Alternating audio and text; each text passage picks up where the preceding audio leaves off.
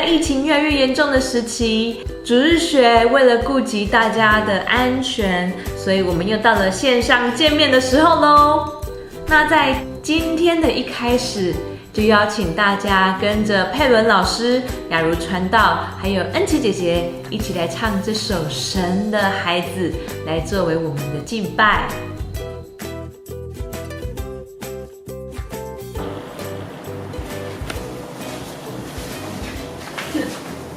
这样。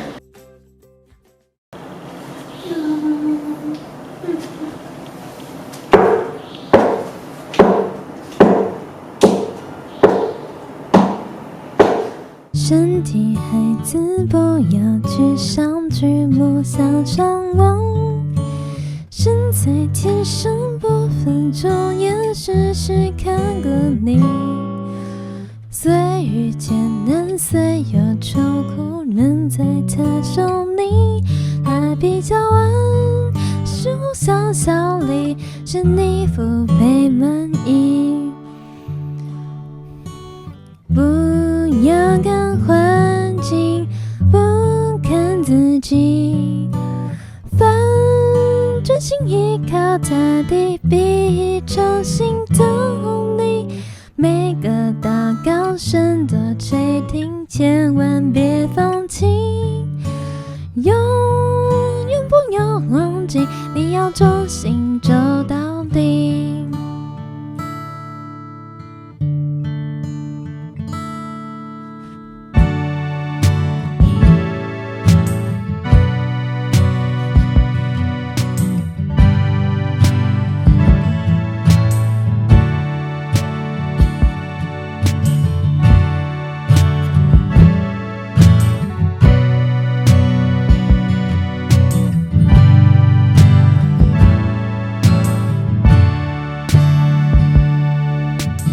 神的孩子，不要沮丧，举目向上望。神在天上，不分昼夜，时时看顾你。虽遇艰难，虽有愁苦，能在他手里，他必教完，使我想效力，使你福杯满溢。不要看环境，不看自己，凡专心依靠他的，必专心等你。每个祷告神都垂听，千万别放弃，永远不要忘记，你要忠心走到底。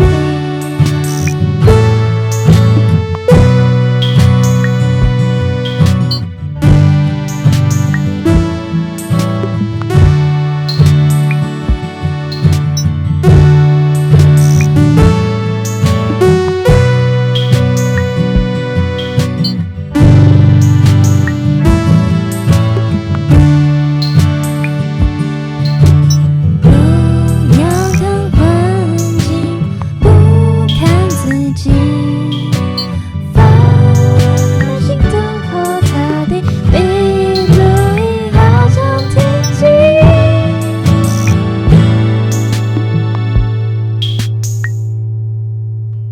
神的孩子，在主爱中得享他安息，永远不要忘记，你是神所爱孩子。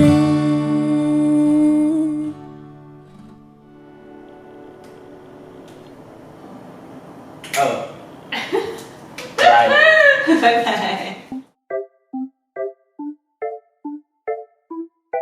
哇，谢谢这些带大家敬拜的朋友，我们有没有觉得恩琪姐姐唱歌的声音很好听呢？感谢主，让她和我们一起来敬拜。好，在今天故事的一开始，雅茹传道要问大家，你们自己是不是一个很喜欢看风景的人呢？心情不好的时候，会不会看看窗外的花草树木，就觉得内心得到比较多的安慰了呢？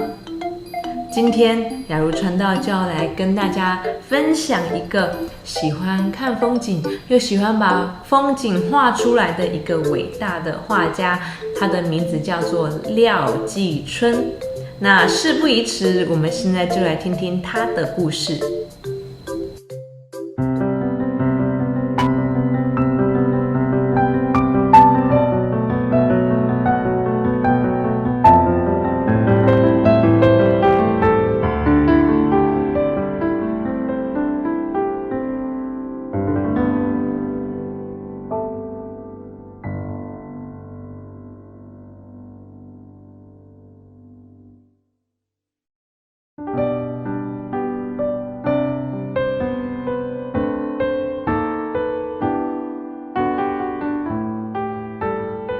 一起在画里，廖继春的故事。廖继春的画入选啦！巷子里传来了人们兴奋的祝贺声。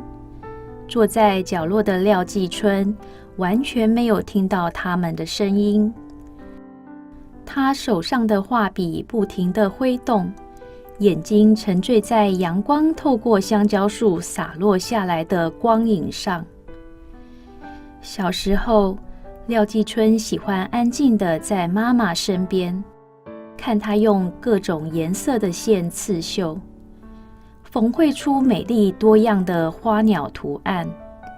这些图案在他眼中好像活了起来，他想将它们画出来，但是没有笔和纸，怎么办呢？来买好吃的油条哦！廖继春背着侄儿沿街叫卖，他心想，再多卖一些油条，就有钱可以买铅笔，在旧账簿的空白处画画了。就读台北师范学校时的廖继春，听闻有一种叫油画的画法，他非常感兴趣，就自己试着以油漆在纸板上练习作画，直到在公园看到有人以油画颜料在画布上写生，他才恍然大悟，原来这才是真正的油画啊！于是他决定将来一定要学油画。正值青春的他，除了爱好油画，也喜欢上一位很有气质和个性的女孩林琼仙。廖继春想娶她为妻，林琼仙虽然答应了，却提出一个要求，要廖继春去日本留学。林琼仙为廖继春购买了舒适座位的船票，让他能以轻松的心情抵达日本。廖继春也顺利地考取东京美术学校。当他每个月收到林琼仙寄来的生活费时，他就告诉自己要努力专心在绘画上的学习，早日回到台湾。和廖继春同时进入东京美术学校的，还有从台湾去的陈澄波。虽然老师严格要求写实、光和影的概念，但他都不会限制我们要如何画图呢。廖继春愉悦地说着：“是啊，这样自由的画图真有意思，我们也要努力一点，不能输给日本人呀。”陈澄波说。看着陈澄波炯炯发亮的眼神，廖继春微笑地回应：“只有和陈澄波在一起，才能让平常很少讲话的廖继春滔滔不绝，开心地聊话，两人因此成了好朋友。”毕业后回到台湾的廖继春，开始教学生画图，同时他的油画创作接连得奖，并和多位画友一起努力推行新美术运动，希望提升台湾民众对美术的感受。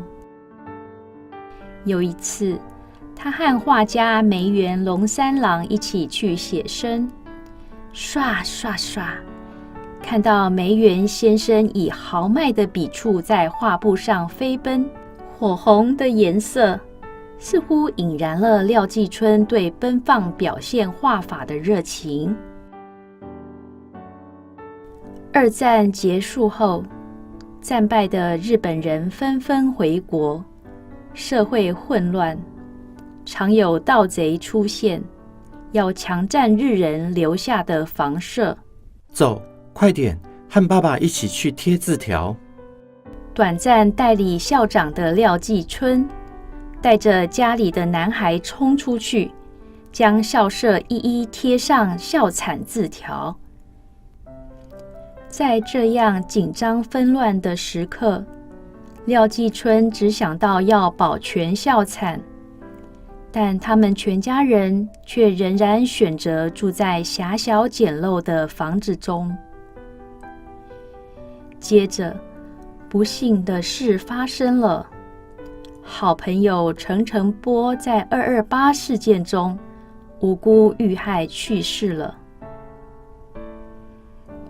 原本就不太爱说话的廖继春变得更沉默了。有一段时间，他时常前往和陈澄波一起写生的地方，怀念他的好友。在最消沉的时刻，因着信仰的安慰和鼓励，廖继春才重新有了画图的动力，并将那份怀念隐藏在画里。转到省立师范学院教画的廖继春，认真教学，他的绘画才能更是受到大家的推崇，学生都抢着要上他的课。老师不会要求我们学他的画，很少修我们的图，还要我们找出自己的风格。因为廖继春自由开放的教学方法，加上他鼓励学生成立画会，带动了整个台湾的现代艺术风潮。常走在时代前端的廖继春，也悄悄地尝试画一些抽象的图，将内心真实的心情表达在画里。老师今天又会画出什么惊人之作呢？学生们时常会兴奋地议论和期待着。有些学生经常来廖继春家里聚会，讨论美术理念。你们就来我们家住吧。林琼仙对生活遇到困难的学生说，而在一旁的廖继春也送上温暖的微笑。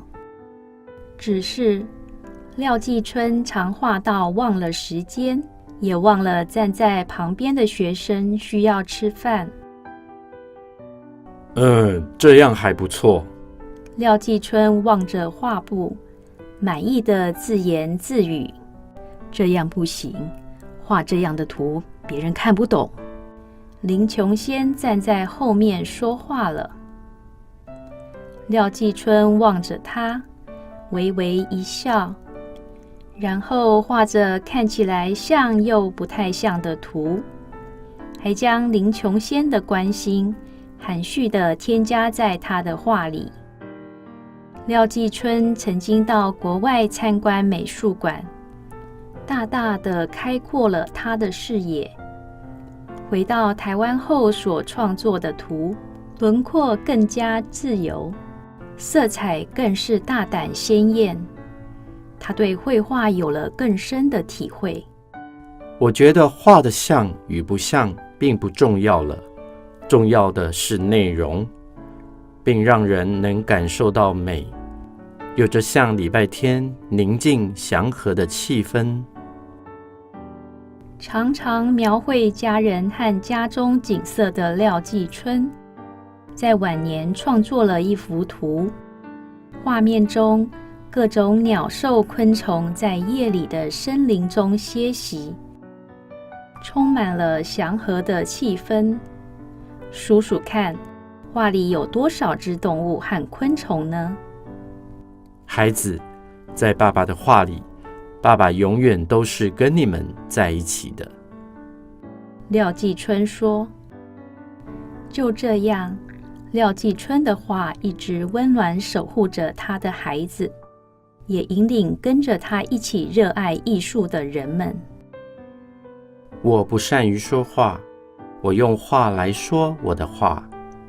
画对我来说，比什么都能表达我的心情。廖继春。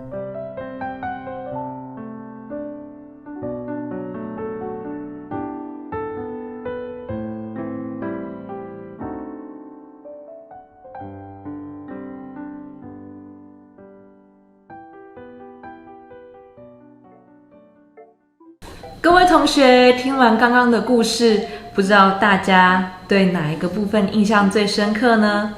雅茹传道跟大家分享，我自己感到最感动的一句话是廖继春他自己说过的。他这样说：我觉得画得像与不像，并不是最重要的，重要的是一幅画的内容。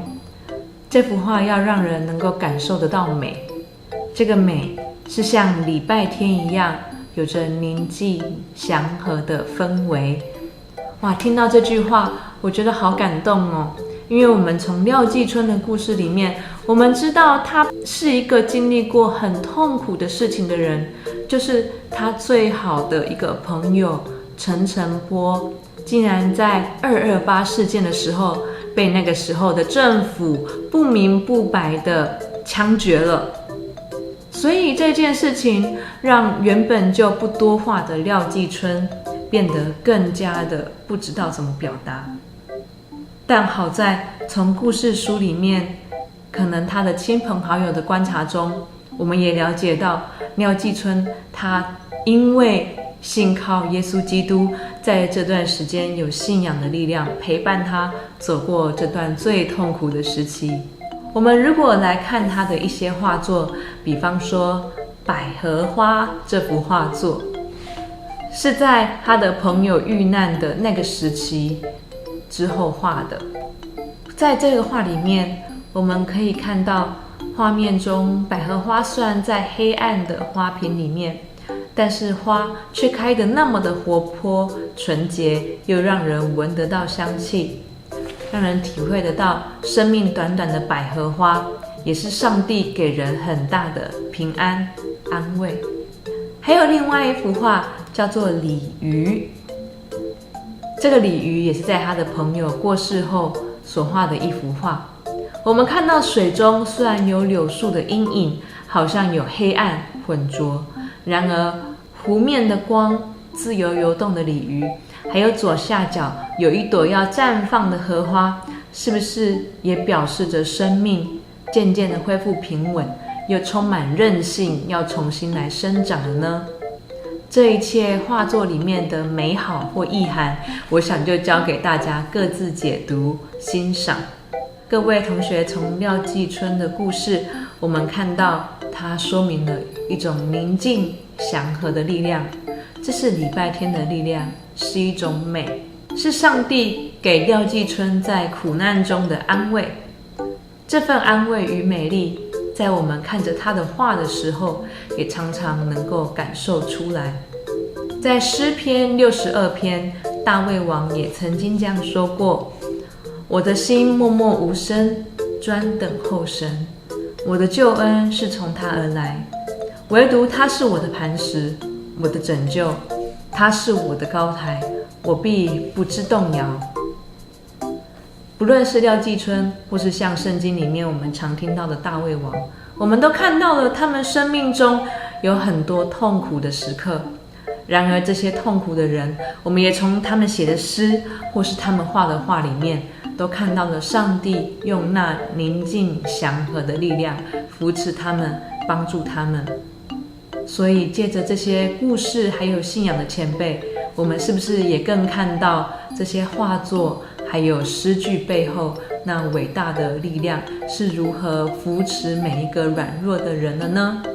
在今天的故事，雅茹传道邀请每一个同学跟我一起，把我们最近最辛苦的事情，跟那位能够安慰我们的主讲。有时间的时候，我们也可以看看廖继春的画作，来体会上帝给人的安慰是那样的美，那样的有生命力。最后，我们一起来做一个祷告吧。亲爱的主耶稣，谢谢你让我们今天借着这一本绘本，来看到你是怎么样用世界的光彩来安慰一个受苦的画家的心灵，使他的心有力量能够画出那么美好的画作，而且每一个人之后看到他的画作就能感受到那样美好的力量。所以亲爱的主耶稣，愿你帮助我们在痛苦的时候，能够从我们周遭的这些故事，也能够从你的话语里面来得到安慰。我们相信与我们同在的你，是那宁静祥和的力量，会陪伴我们一生，会扶持我们一生。谢谢你，这样祷告是奉耶稣基督的名，阿们。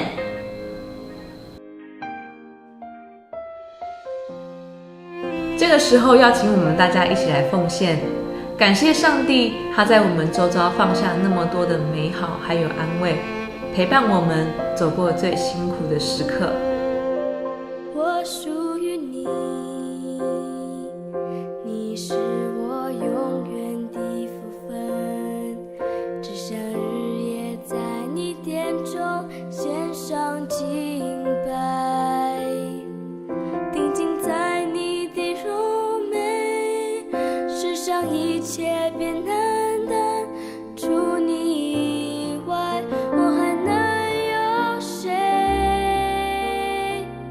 我属于你，你是我永远的福分，只想日夜在你殿中献上敬拜，定睛在你的柔美，世上一切别黯淡，除你以外，我还能有谁？能不能就让我留亲爱的天父，恳求你使子日水的孩子有孝敬的灵，愿意在主里留心听从父母的教训，敬重父母的决定，与父母应对有礼貌，乐意亲近父母，使父母欢喜。主啊，求你使孩子孝敬父母，就要领受得福，享长寿的应许。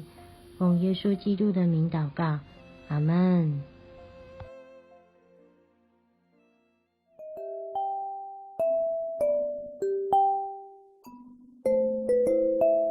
自出母胎就被交在你手里，从我母亲生我，你就是我的神。诗篇22篇10节，我自出母胎就被交在你手里，从我母亲生我，你就是我的神。诗篇22篇10